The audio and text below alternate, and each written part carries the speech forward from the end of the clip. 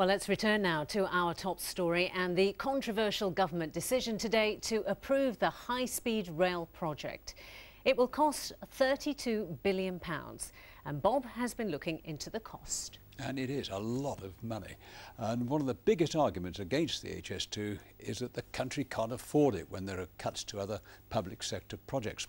Now let's try and put it into context. The new Queen Elizabeth Hospital in Birmingham cost £400 million. You could build 80 more hospitals that size for the price of HS2. If you compare it to how much a new secondary school might cost, take a look at the new £58 million Nottingham Academy. Instead of the new rail line, well, it could mean more than 550 brand new secondary schools. And in employment, thousands of public sector jobs are being cut across the Midlands. For £32 billion, you could pay more than 1.1 million social workers or 1 million refuse collectors. The government's defending the cost by saying HS2 will create £44 billion for the country's economy over 60 years. And that's a point that's being argued by campaigners. One university academic is also questioning the funding of the line, given the current financial problems in the Eurozone.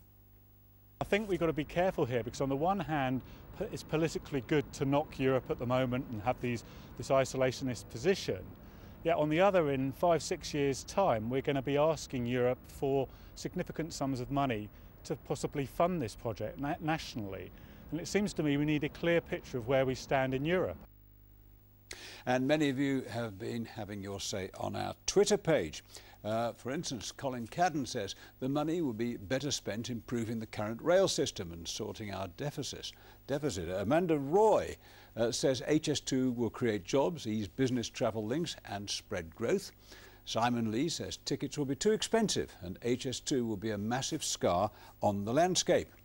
And Sally Morgan says we need to move on, we need to innovate. Well, you can join the debate through our website, where you'll find a link to our Twitter page. Sam.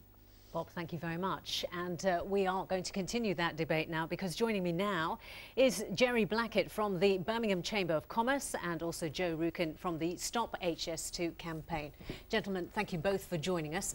Joe, if we can start with you. The government has given its go-ahead to the HS2 campaign because we'll have a world-class railway system.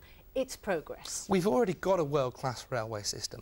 The House of Commons Library reported in 2009 that we were the third largest country in terms of high-speed rail, because people don't realise that there is already a high-speed rail link between London and Birmingham, and that is the West Coast Main Line. 124 miles an hour is high-speed rail, and we've got that infrastructure, and we need to invest in that. And if we want to make the country competitive for the future, broadband as well. But isn't the government investing in the future? We're investing in the economy of the region, we're investing in jobs, and they will go to British people. Well, that's very much up for debate in terms of the construction of both the line and, of course, the trains. You just have to look at, you know, what's happened with Bombardier, and what we're advocating is longer trains, more carriages, which, of course, could solve that problem as well. But, you know, there are just so many holes in this plan. You could drive a high-speed railway line through it. Well, Jerry clearly disagrees with you. Jerry, are the jobs actually going to go to British people? That is something the campaigners are using quite effectively. It's going to create jobs for local people, of course it will. It's going to create... our infrastructure is just creaking. The existing line is going to fill up, we know that.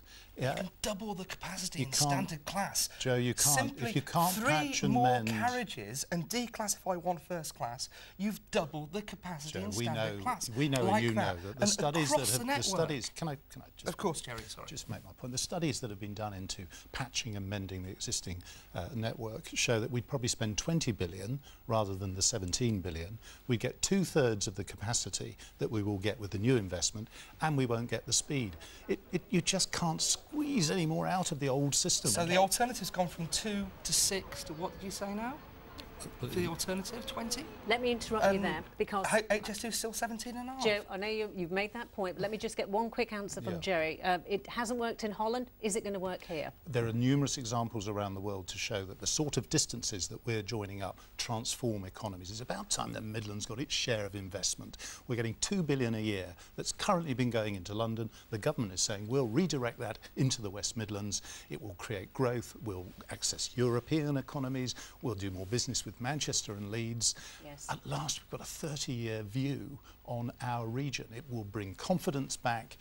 It does all the things that are missing at the moment. It's all about getting to London.